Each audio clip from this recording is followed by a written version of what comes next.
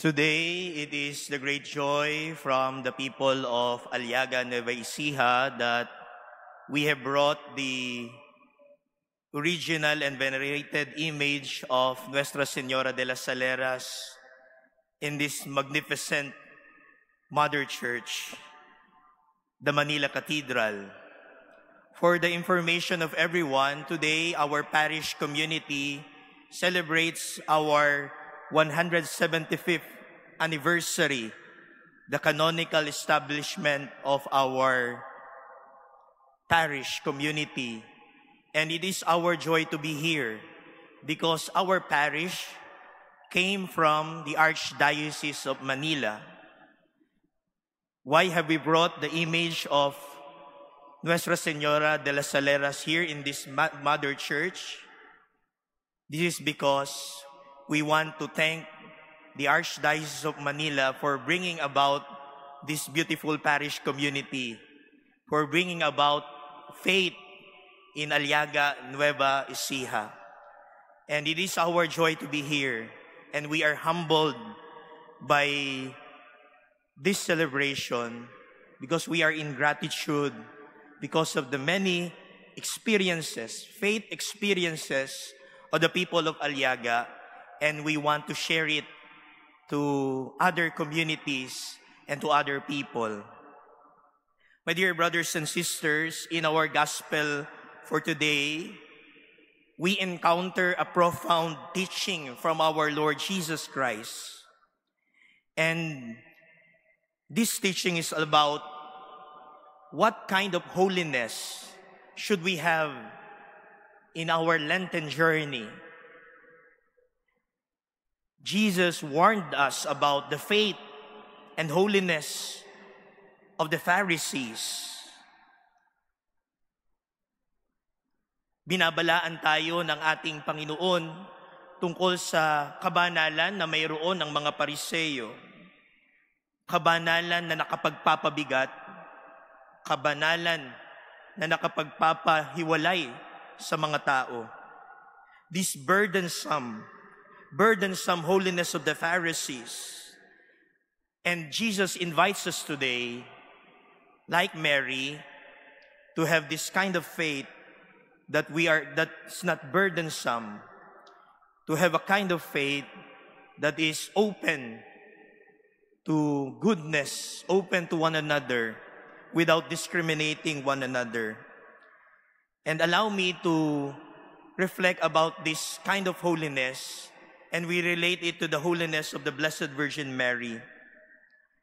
My dear brothers and sisters, the Pharisees, as described by Jesus, sought a holiness that set them apart from others.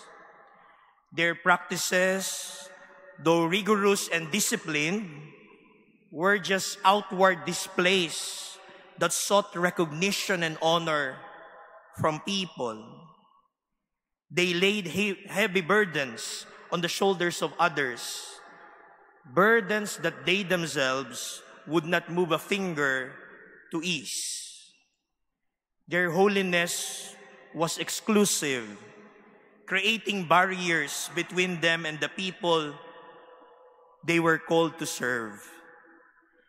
And in contrast, the holiness of the Blessed Virgin Mary is one that makes God accessible to many.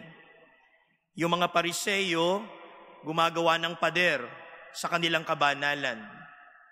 Pero ang mahal na Birheng Maria, gumagawa ng tulay para ang presensya ng Diyos, para ang grasya ng Diyos ay maabot ng mga tao. And if you have heard the history of the devotion to Nuestra Señora de las Saleras, it is really a symbol of holiness that makes God accessible to many.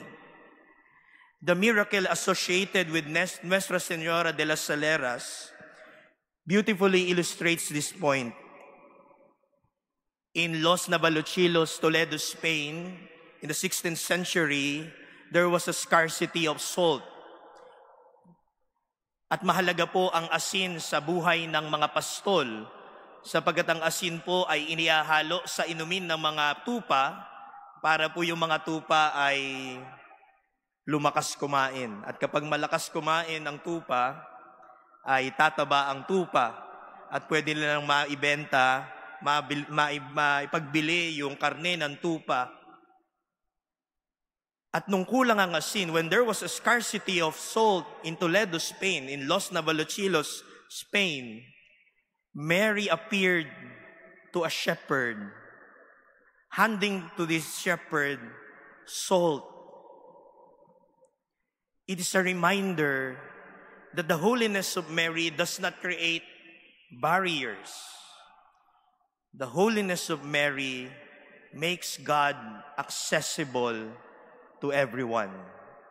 Alam po ninyo, minsan karanasan po natin kapag ka mabuti, kapag ka feeling natin mabuti tayo, ayaw nating sumama sa mga masasama, yung feeling nating masama.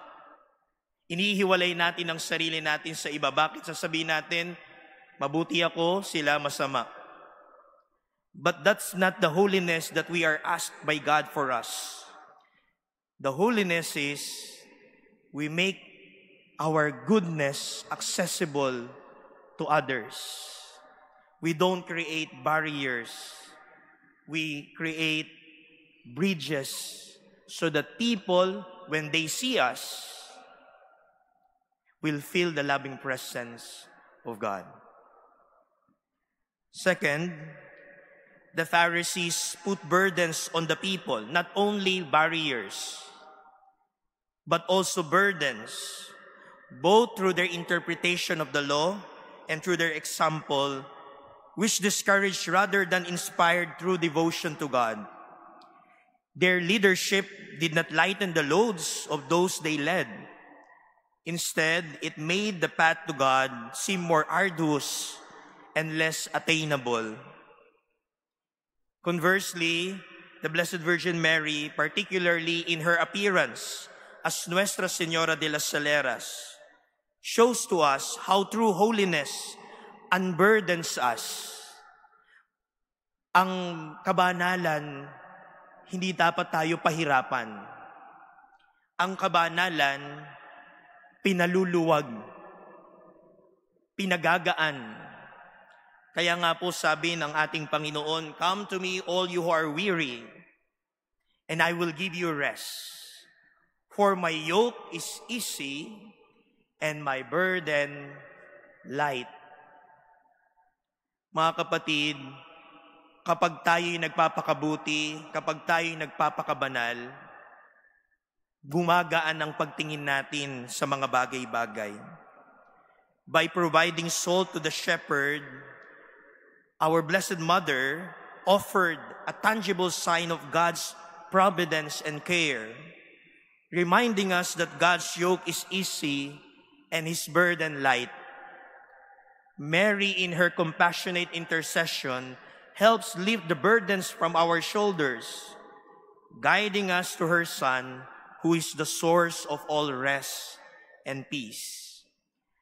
Ang pananampalataya po ng bayan ng Aliaga sa pamimintuho po ng Nuestra Señora de las Saleras ang magpapatunay na sa tuwing lumalapit tayo sa mahal na Birheng Maria, tinutulungan tayo, pinapagaan ang ating buhay mula sa mga kahirapan. At yun ang patunay na ang kabanalan ng mahal na Birheng Maria ay hindi kagaya ng mga Pariseo. So my dear brothers and sisters, let us ask ourselves, do our actions and our example of holiness draw others closer to God, or do they set barriers?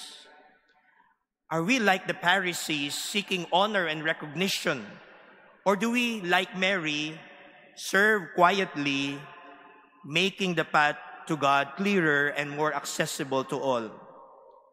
May our devotion to Nuestra Señora de las Saleras inspire us to live lives of true holiness, where we serve and love in humility, making God's grace known and accessible to all. May we be instruments of God's love, unburdening the hearts of the faithful and guiding them to the eternal peace and joy found in Christ. Amen.